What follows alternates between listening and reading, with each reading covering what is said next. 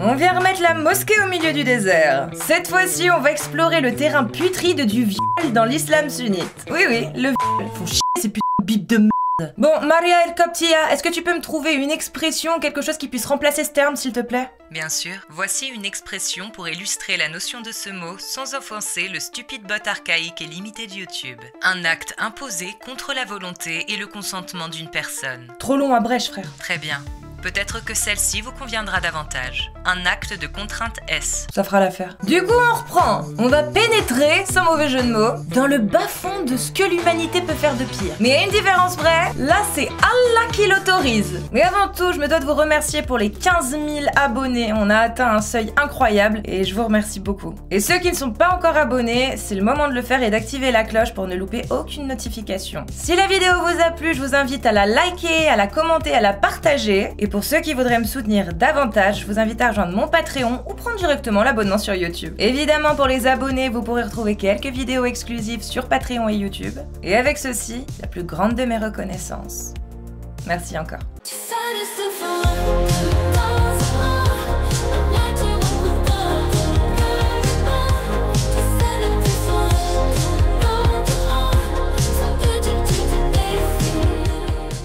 L'islam condamne-t-il les actes de contrainte S? Ou est-ce que Allah et son messager n'ont pas trouvé bon de les empêcher, ou en tout cas de les interdire? Comme à mon habitude, je vais vous emmener faire un tour du côté du Coran pour notre première étape. Sourate An-Nisa, Mashallah. La sourate 4, versets 23-24.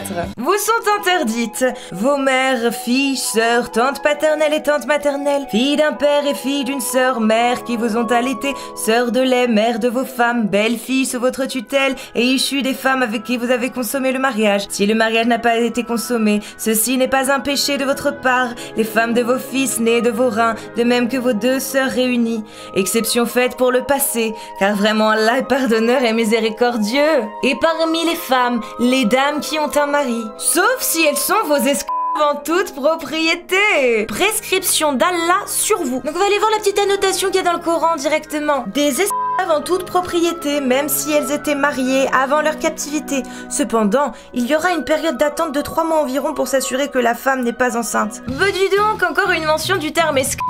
Mais ne nous enflammons pas, hein. Ne commettons pas le péché de couffardise en voulant interpréter nous-mêmes ces versets. Alors, en tant que bon élève qui suit la méthodologie de l'islam sunnite, nous allons aller voir ce que disent les savants de l'islam sunnite, en lisant le tafsir, par exemple. On prend donc la traduction de l'exégèse d'Ibn Kathir, et à la lecture de celui-ci, effectivement, je ne peux donner entièrement tort à El Famoso argumente oui, en français, c'est pas pareil, la traduction est pas si bonne que ça. Là, vous allez voir un exemple, mais étonnamment c'est pas dans le sens que certains voudraient. Donc on va aller lire la traduction et aller voir après ce que dit la version originale en arabe.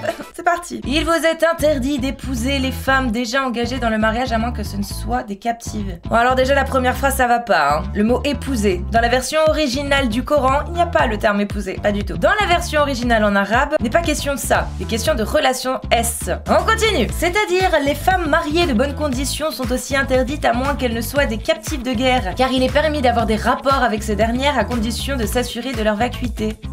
Car il est permis d'avoir des rapports. Et là, étonnamment, c'est un mot qui manque. S-U-L. C'est S-U-L.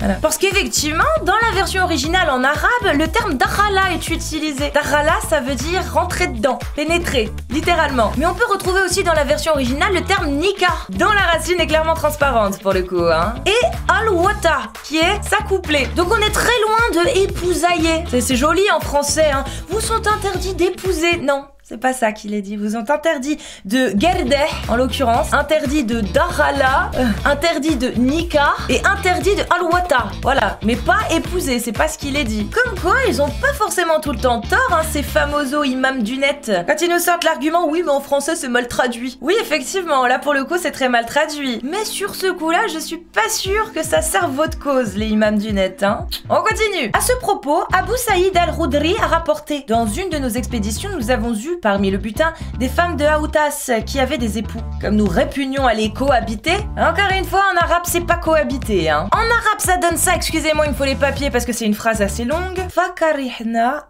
annaka allahina. On peut traduire par nous répugnions de nous accoupler avec elle.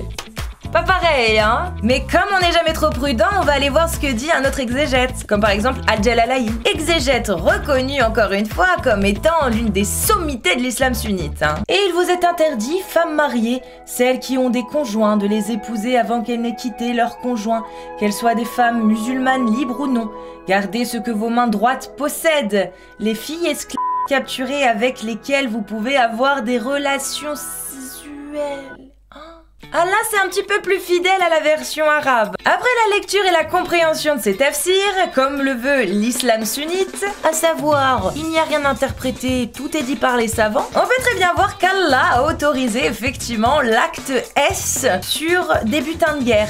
Mashallah. Donc on va essayer de se mettre en condition, et là je vais m'adresser aux femmes. Imaginez, votre famille s'est fait attaquer, vos biens ont été volés et pillés, vos frères ont été pragmatisés selon la technique qui consiste à brancher en Bluetooth votre tête et votre corps, votre père, vos oncles, vos grands-pères, tout le monde y passe, sauf les femmes, et vous voilà captifs de guerre. Désormais, votre vie appartient à quelqu'un d'autre. Car comme le rappelle Sharia, lorsqu'un enfant ou une femme est fait prisonnier, ils deviennent esclaves par le fait de la capture et le mariage précédent de la femme est immédiatement annulé. Merci Maria. Parenthèse fermée, on reprend. Donc vous vous retrouvez en tant que butin de guerre aux mains des gentils qui vous ont attaqué, qui ont pragmatisé l'intégralité de votre famille. Seriez-vous consentante, à votre avis, de servir de vide pour vos ravisseurs? Question rhétorique, évidemment. De ce fait, est-ce qu'on peut appeler ça un acte de contrainte à une relation S, sachant que Allah leur a donné l'autorisation de vous garder? C'est marqué. Donc c'est quoi? Un V, pas un V? Bravo, c'est bel et bien un V. En tout cas, selon toutes les définitions humaines que l'on connaît, il s'agit bien d'un acte S imposé. D'ailleurs, voici le hadith sahih authentique qui mentionne bien le rapport S et non pas le mariage. Abu Daoud 2155 et Muslim 1456a. Saïd al-Khudri a déclaré: l'apôtre d'Allah a envoyé une expédition militaire à Aoutas à l'occasion de la bataille de Hunayn. Ils rencontrèrent leurs ennemis et combattirent avec eux. Ils les vainquirent et les firent prisonniers. Certains compagnons de l'apôtre d'Allah étaient réticents à avoir des relations avec les captives à cause de leur mari païen. Ainsi, Allah le Très-Haut a fait descendre ce verset coranique. Et toutes les femmes mariées vous sont interdites, sauf celles captives que possède votre main droite. Interruption exceptionnelle du programme afin d'apporter quelques informations supplémentaires. Je vais à présent vous lire l'annotation de Muslim dans son ouvrage des hadiths sahih. En introduction du chapitre mentionnant le hadith 1456a, nous pouvons lire: il est permis d'avoir des relations S avec une captive après qu'il est établi qu'elle n'est pas enceinte, et si elle a un mari, son mariage est annulé lorsqu'elle est capturée. Mais avant d'aller plus loin et de se perdre dans la sunna et les hadiths, on va terminer avec le Coran. Sourate 23, les croyants. Bienheureux sont certes les croyants, ceux qui sont humbles dans leur salat, qui se détournent des futilités, qui s'acquittent de la zakat et qui préservent leur de tout rapport, si ce n'est qu'avec leurs épouses ou les esclaves qu'ils possèdent. Car là vraiment, on ne peut les blâmer. Donc vous avez bien entendu, avec ses épouses et ses esclaves qu'il possède. Donc des esclaves, pas des épouses. Des esclaves, pas des épouses. Coucou, Bouddha Mormon. Sourate 70, versets 29 à 30. Je vous rassure, c'est exactement la même chose, mais comme Allah adore se répéter, je me suis dit, autant le dire. Et qui se maintiennent dans la chasteté et n'ont de rapport qu'avec leurs épouses ou les esclaves qu'ils possèdent, car dans ce cas, ils ne sont pas blâmables. Donc voilà, aucune mention de consentement de la part de l'esclave, étant donné que c'est une captive, elle ferme sa mouille, c'est tout, se tait, Sa vie ne lui appartient pas, elle n'est donc pas en mesure de faire ses propres choix, parce que ça lui est interdit tout simplement, c'est une esclave, Et Allah a donné l'autorisation aux hommes de garder leurs femmes esclaves. Et comme le dit très bien Allah dans la sourate Les Coalisés, verset 36, il n'appartient pas à un croyant ou à une croyante, une fois qu'Allah et son messager ont décidé d'une chose, d'avoir encore le choix dans leur façon d'agir. Mashallah! On continue. On passe sur un hadith où l'on apprend que Ali, le compagnon du prophète, s'est tapé une captive de guerre qui faisait partie du butin avant même que celui-ci soit distribué. Donc non seulement il consomme le butin avant même que le prophète ait pu choisir sa part, ce qui est déjà plus que moyen selon les codes de l'époque et les codes du prophète, mais en prime, il s'en bat littéralement les couilles de la période de viduité, alors qu'à la base, elle est obligatoire. On l'a lu dans les tafsirs. Alors comment expliquer cela? Eh bien selon Ibn Hajar, il y a deux possibilités à cela. D'abord pour commencer, c'est qui Ibn Hajar? C'est bien simple, c'est l'un des érudits les plus célèbres en termes de hadith. Première explication, soit la fille était vierge, ce qui effectivement du coup annule l'obligation d'une période de viduité, mais si cette fille était vierge en vue du temps, de l'époque, des coutumes, etc., ça voudrait dire qu'elle était vraiment extrêmement jeune, hein. Étant donné l'âge précoce à laquelle on mariait les femmes à l'époque. Dédicace à Aïcha. Soit Ali a juste fait son ijtihad en se déclarant qu'il était dans son bon droit. Alors évidemment, ce petit chapitre a énervé quelques personnes, hein. Bah forcément, Ali il tape dans le butin sans même demander au prophète. Alors ça énerve les autres, c'est normal. Et à votre avis, qu'est-ce que Muhammad a fait pour essayer de racheter cette injustice? Réprimander Ali pour avoir abusé d'une gamine qui n'avait pas encore ses règles? Ou d'avoir abusé d'une femme sans suivre les commandements prescrits par Allah? Allah a-t-il fait descendre des versets afin d'interdire ce genre de pratique par la suite? Oh non, rien de tout ça, non. Allah a continué d'autoriser par la suite les actes de contrainte S sur les captifs de guerre. Mashallah. Ah, et le bonus, c'est que Momo a fait de Ali son successeur, histoire de calmer un petit peu les gens qui étaient énervés en disant wow, on se calme, on se détend, hein? Stop. Ali, vous vous calmez avec lui. C'est mon Maora, ok? Voilà.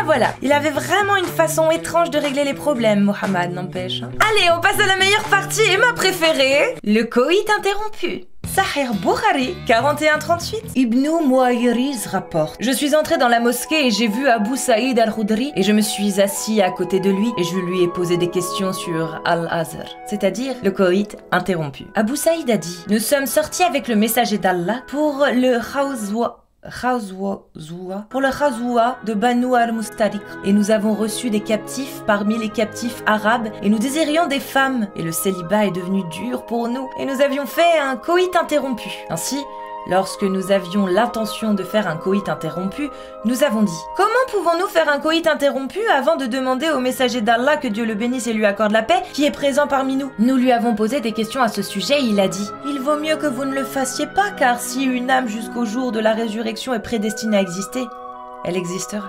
Et dans le Muslim 1438, voilà ce qu'on peut lire. Abu Sirma a dit à Abu Saïd al-Khudri: Abu Saïd, as-tu entendu le messager d'Allah mentionner Al-Azr, le coït interrompu? Il répondit oui et ajouta: nous sommes partis avec le messager d'Allah lors de l'expédition au Bir al-Mustariq et avons capturé d'excellentes femmes arabes et nous les désirions car nous souffrions de l'absence de nos femmes, mais en même temps nous désirions aussi une rançon pour elles. Nous avons donc décidé d'avoir des rapports avec elle, mais en observant Azr, retirer l'organe S masculin avant l'émission du pour éviter la conception. Alors il faut savoir que ces hadiths, on les trouve dans des chapitres spécifiques qui traitent tous de la revente des esclaves. Juste pour vous expliquer comme ça en vif. Quand on regarde les explications, parce que oui, il y a des exégèses qui expliquent également les hadiths, eh bien on peut voir que les hommes se posaient la question et voulaient pratiquer le coït interrompu dans le but de ne pas perdre de la valeur de l'esclave. Bah oui, parce que si elle tombe enceinte, c'est moins cher. Ah, c'est beau l'islam. Mashallah. Donc oui, vous pensiez que les hommes se souciaient du bien-être de la femme, à savoir, oh, faudrait peut-être pas la mettre enceinte, hein.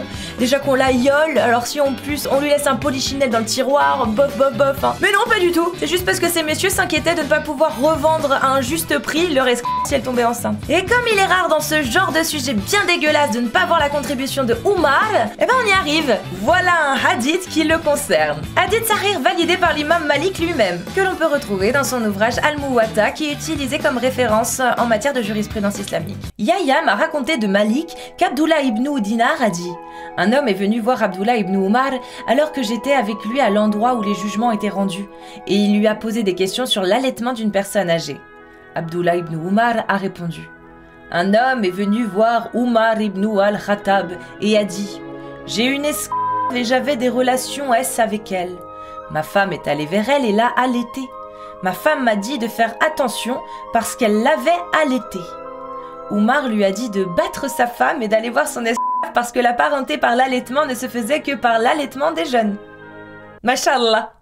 Alors effectivement, le chapitre de l'allaitement, on en reparlera, mais en gros pour résumer, toute personne allaitée par une femme, qu'il soit adulte ou non, selon des versets coraniques qui auraient été bouffés par une chèvre, selon des hadiths authentiques, si je vous jure, c'est la version officielle dans l'islam sunnite, rend illicite la personne qui allaite à la personne qui est allaitée et interdit leur accès à tous les liens de parenté également. C'est-à-dire que là, la femme, elle a été maligne, hein, enfin, elle a cru. Elle a allaité l'esclave que Gerdah, son mari, dans l'espoir que cet esclave devienne du coup illicite à son mari. Manque de peau. Umar a dit non, l'allaitement ça marche que quand c'est une jeune. C'est pratique. Mais on va pas se mentir, le plus important dans l'histoire, c'est quoi? Que Omar a dit à cet homme de retourner voir sa femme et de la battre. Mashallah. Et on va finir en beauté avec une citation du grand imam Malik, qui est utilisée comme avis juridique dans son ouvrage Al-Muwatta sur le sort réservé à ceux qui contraignent un acte S.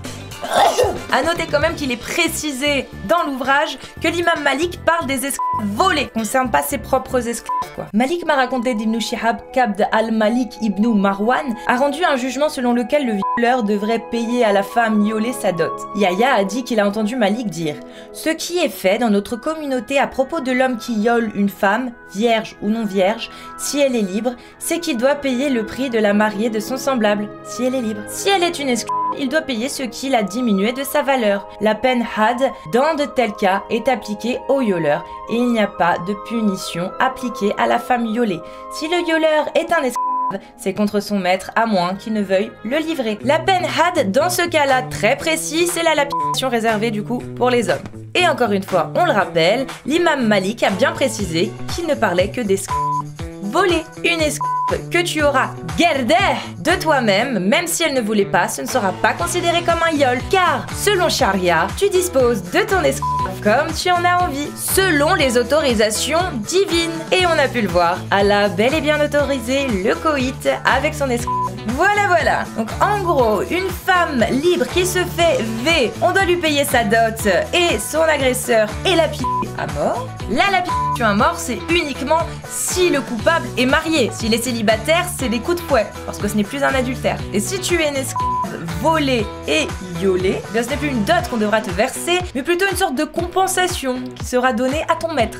Bien évidemment, pas à toi. Alors on peut pas dire que l'acte de contrainte S soit accepté par Allah, mais comme d'habitude, elle est juste codifiée. Voilà, il y a des moments tu peux, des moments tu peux pas. Car encore une fois, cela ne concerne pas les esclaves que l'on possède.